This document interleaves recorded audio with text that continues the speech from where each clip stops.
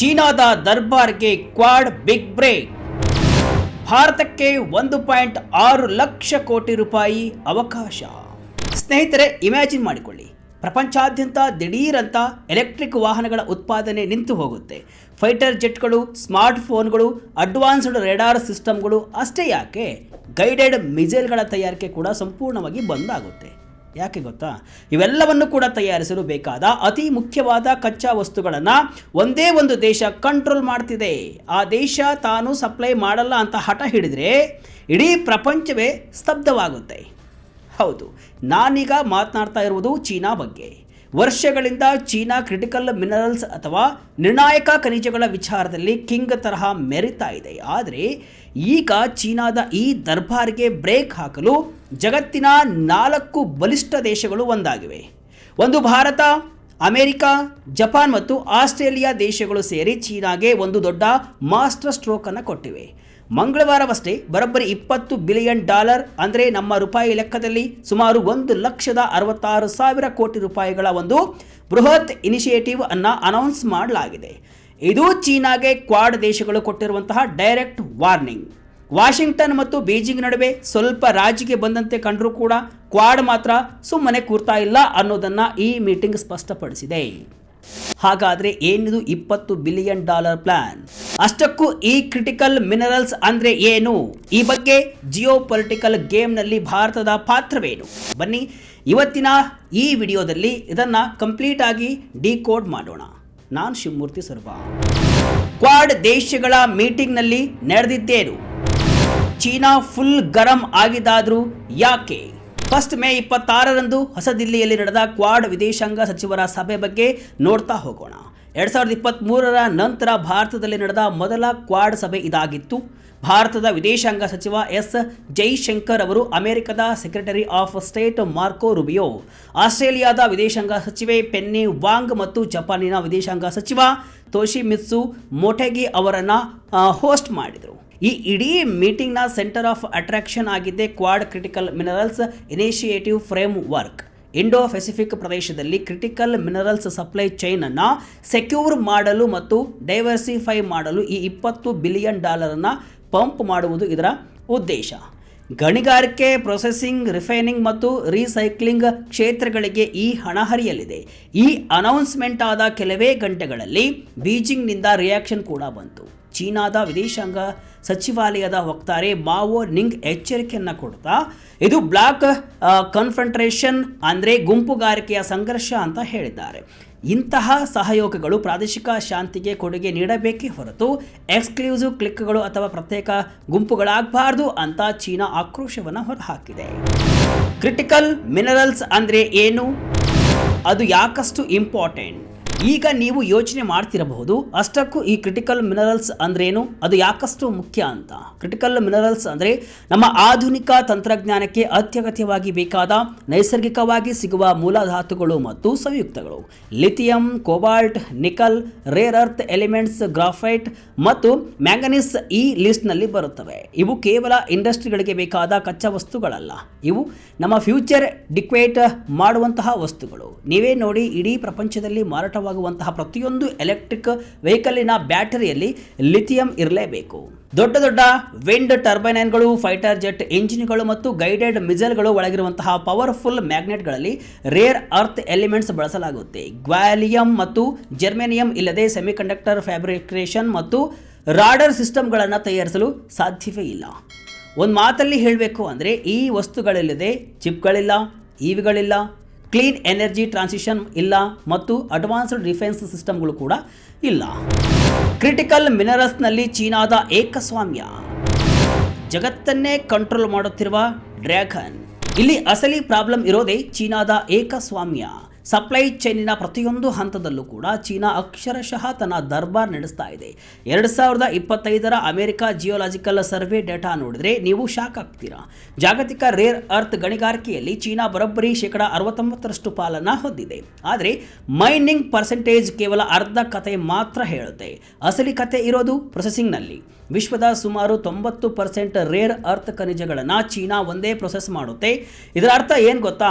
Australia, America ಅಥವಾ ಮಯನ್ಮಾರ್ಗಳಂತಹ ದೇಶಗಳಲ್ಲಿ ಗಣಿಗಾರಿಕೆ ಮಾಡಿ ತೆಗೆದ ಖನಿಜಗಳು ಕೂಡ ಗ್ಲೋಬಲ್ ಸಪ್ಲೈ ಚೈನ್ಗೆ ಬರುವ ಮುನ್ನ ರಿಫೈನ್ ಆಗಲು ಚೀನಾಕ್ಕೆ ಹೋಗಬೇಕು. ಈ ಪ್ರೊಸೆಸಿಂಗ್ ಚೋಕ್ ಹೋಲ್ಡ್ನಿಂದಾಗಿ ಬೀಜಿಂಗ್ ಕೈಯಲ್ಲಿ ಇಡೀ ಪ್ರಪಂಚದ ಕುತ್ತಿಗೆ ಸಿಲುಕಿಕೊಂಡಿದೆ.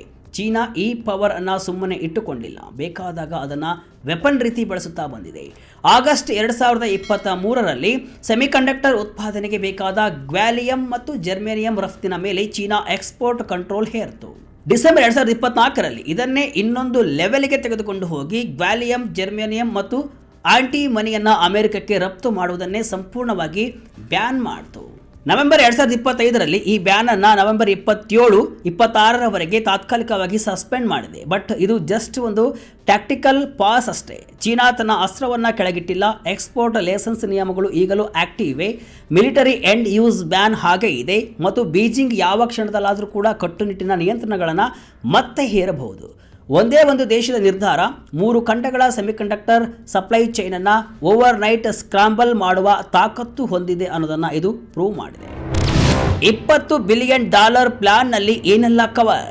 ಚೀನಾದ ಈ ಬ್ಲ್ಯಾಕ್ ಮೇಲ್ ತಡೆಯಲೆಂದೇ ಕ್ವಾಡ್ ದೇಶಗಳು ಈಗ $20 ಬಿಲಿಯನ್ ಫ್ರೇಮ್ ವರ್ಕ್ ಅನ್ನು ತಂದಿವೆ. ಇದರಲ್ಲಿ ಮುಖ್ಯವಾಗಿ 3 ವಿಷಯಗಳ ಮೇಲೆ ಫೋಕಸ್ ಮಾಡಲಾಗಿದೆ.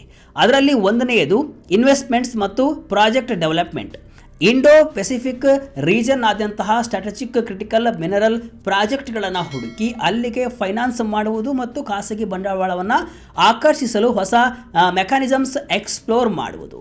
ಇನ್ನು ಎರಡನೆಯದು ರೆಗ್ಯುಲೇಟರಿ ಅಲೈನ್ಮೆಂಟ್, ಅಂದರೆ ಲೈಸೆನ್ಸಿಂಗ್, ಪರ್ಮಿಟಿಂಗ್ ಮತ್ತು ಪ್ರಾಜೆಕ್ಟ್ ಅಪ್ರೂವಲ್ ಪ್ರೋಸೆಸ್ ಅನ್ನು 4 ದೇಶಗಳಲ್ಲಿ ಹಾರ್ಮೋನೈಸ್ ಮಾಡಿ ಪ್ರಾಜೆಕ್ಟ್ ಡೆವಲಪ್ಮೆಂಟ್ ಟೈಮ್ ಲೈನ್ ಅನ್ನು ಫಾಸ್ಟ್ ಮಾಡುವುದು.